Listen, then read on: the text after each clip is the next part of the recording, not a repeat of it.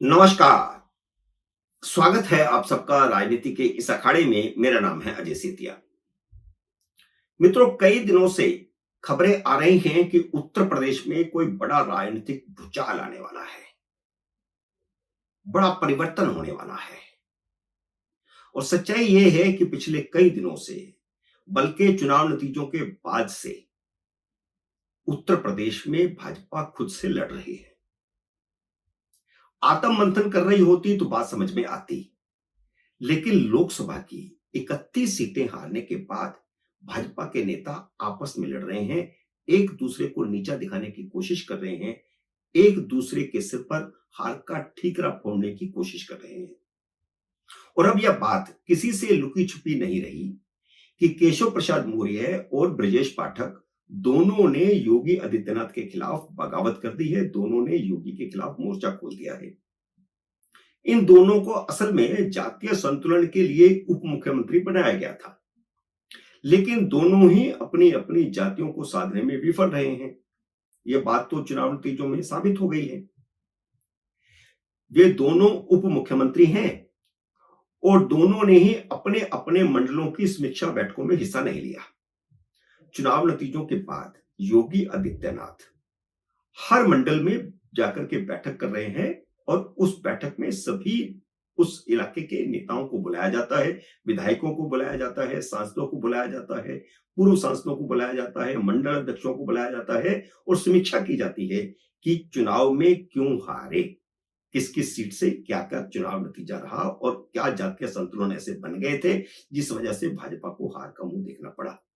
और यह सच है कि उत्तर प्रदेश में इतनी बड़ी हार भाजपा की हुई है, अप्रत्याशित। ऐसा भाजपा ने सोचा तक नहीं था। भाजपा सोचती थी कि 80 से 80 सीटें आएंगी। पिछली बार 62 आई थी, 2 उपचुनाव में जीत गए थे तो 64 थी और उन 64 में से 33 आई हैं, तो इसका मतलब है 31 सीटें अपनी भाजपा हार गई। तो उसकी समीक्षा योगी आदित्यनाथ प्रत्येक मंडल में जाकर के कर रहे थे और ये दोनों ही उप मुख्यमंत्री अपने अपने मंडल की बैठक में नहीं गए।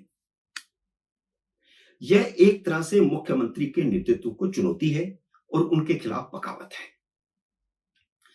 दोनों ही क्योंकि अमित शाह के करीबी माने जाते हैं, इसलिए समाजवादी पार्टी के अध्यक्ष अखिलेश यादव को यह कहने का मौका मिल गया है कि असली लड़ाई योगी और अमित शाह में चल रही है। केशव प्रसाद मौर्य और ब्रजेश पाठक तो योगी के सामने अमित शाह के मोरे हैं। अब आप दो नेताओं के बयान को याद कीजिए। पहला बयान अरविंद केजरीवाल का था। उन्होंने लोकसभा चुनावों के दौरान कहा था कि चुनावों के बाद योगी आदित्यनाथ को मुख्यमंत्री पद से हटा दिया जाएगा। दूसरा बयान अखिलेश यादव का है, जिन्होंने कहा है कि असली लड़ाई योगी और अमित शाह के बीच चल रही है। अब एक तीसरा बयान याद दिलाता हूं, जो सबसे ज्यादा महत्वपूर्ण है। तीसरा बयान उस पत्रकार हेमंत शर्मा का है, जिनके बारे में कहा जाता है कि वह अमित शाह के खास हैं। हेमंत शर्मा जब लखनऊ में जाते हैं, वे दिल्ली में काम करते हैं, वे लखनऊ में जाते हैं तो केशव प्रसाद मौर्य और ब्रजेश पाठक दोनों उप मुख्यमंत्री उन्हें मिलने जाते हैं। आमतौर पर होता तो यही है कि पत्रकार जब किसी प्रदेश मुख्यालय में जाता है तो वह मुख्यमंत्री को, मंत्रियों को, विधायकों को मिलता है, लेकिन यहां उल्टा होता है। उप मुख्यमंत्री पत्रकार को मिलने उसके होटल में जाते हैं। कई मंत्री तो उन्हें लेने के लिए हवाई अड्डे पहुंचे हुए होते हैं। क्यों? सिर्फ इसलिए कि ऐसा माना जाता है कि वे अमित शाह के बहुत करीब हैं, वह जिसका चाहे पत्ता कटवा सकते हैं, जिसकी चाहे मौज करवा सकते हैं। और उन्होंने चुनाव नतीजों के बाद लिखे लेख में लिखा था कि उत्तर प्रदेश में हार का कारण योगी आदित्यनाथ है। हालांकि भाजपा के भीतर चर्चा यह है कि योगी आदित्यनाथ ने जिन सांसदों का टिकट काटने की सिफारिश की थी, उन्हें हेमंत शर्मा की सिफारिश पर ही टिकट मिल गया था। उनका टिकट नहीं कटा था क्योंकि हेमंत शर्मा ने उनका टिकट बनाए रखने की सिफारिश की थी।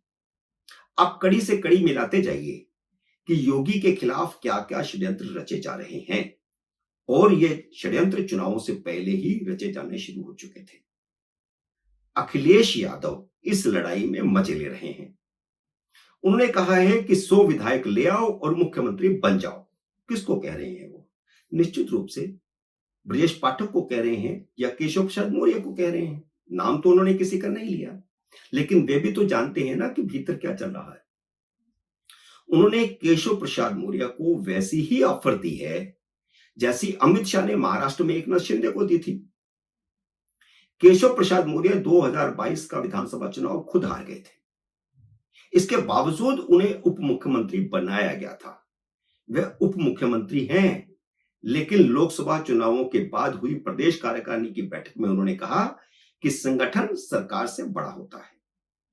भाजपा की दृष्टि से देखा जाए तो उन्होंने कोई नई बात नहीं की है, कोई बड़ी बात नहीं की है और कोई नई बात नहीं की है। भाजपा में हमेशा यही सिद्धांत बना रहा है कि संगठन सरकार से ऊपर है, लेकिन उन्होंने यह बयान योगी आदित्यनाथ को सामने रख करके, उनको निशाना बना करके दिया है। हालांकि कायदे से देखा जाए तो वे खुद सरकार में हैं, वे संगठन में नहीं है, वे तो सरकार में है। तो इसलिए उनका यह बयान निश्चित रूप से मुख्यमंत्री के खिलाफ है और हाईकमान ने भी ऐसा ही माना है, तभी उन्हें बुलाया गया दिल्ली और उससे बात की गई। दूसरे उप मुख्यमंत्री हैं ब्रजेश पाठक, जो बसपा से होते हुए भाजपा में आए हैं। भाजपा में ब्राह्मणों की कमी नहीं है, फिर भी ब्रजेश पाठक को बनाया गया, तो आप इसका मतलब भी समझ सकते हैं कि किसके इशारे पर, किसके आशीर्वाद से बने होंगे। दोनों योगी आदित्यनाथ की चॉइस नहीं है। भाजपा के सामने दो रास्ते हैं, या तो इन दोनों उप मुख्यमंत्रियों को हटाकर नए उप मुख्यमंत्री बनाएं, या फिर जैसे शिवराज सिंह चौहान को केंद्र में मंत्री बनाकर लाए हैं, वैसे ही योगी आदित्यनाथ को यूपी से हटाकर दिल्ली ले आए। दो ही रास्ते हैं। खबर यह आ रही है कि नरेंद्र मोदी अभी योगी की धमक कायम रखना चाहते हैं, क्योंकि योगी की लोकप्रियता इस समय राष्ट्रव्यापी है। दो ही चेहरे थे लोकसभा में, मोदी और योगी। जहां मोदी नहीं गए वहां योगी गए, जहां योगी नहीं गए वहां मोदी गए। तो उनकी धमक पूरे राष्ट्र में है। अगर उनको हटा दिया गया तो भाजपा के पास एक ही राष्ट्रीय चेहरा रह जाएगा दिखाने को, नरेंद्र मोदी। इसलिए जेपी नड्डा ने केशव प्रसाद मौर्य को बुलाकर डांटा, ऐसी खबर आई थी। आप इसमें सच्चाई कितनी है नहीं कह सकते। फोटो जो छपा है दोनों की मुलाकात का, उसमें दोनों मुस्कुराते हुए हैं, पर राजनीति में जो होता है वह दिखता नहीं, जो दिखता है वह होता नहीं। लेकिन इस मुलाकात के बाद केशव प्रसाद मौर्य ने लखनऊ लौटकर ओबीसी नेताओं के साथ मेल मुलाकातें बढ़ा दी हैं। चाहे वे अपना दल की अनुप्रिया पटेल हों, या फिर निषाद दल के संजय निषाद हों, या फिर ओम प्रकाश राजभर हों, या फिर भाजपा के अपने ओबीसी नेता हो, सभी ने केशव प्रसाद मौर्य से मुलाकातें की हैं और इन मुलाकातों का फोटो खुद केशव प्रसाद मौर्य ने वायरल किया है। सभी अपने अपने तरीके से आरक्षण के मुद्दे उठा रहे हैं। कुर्मी वोट भाजपा के लिए ओबीसी के नाते अहमियत रखते हैं, इसलिए भाजपा ने अनुप्रिया पटेल के साथ गठबंधन किया हुआ है।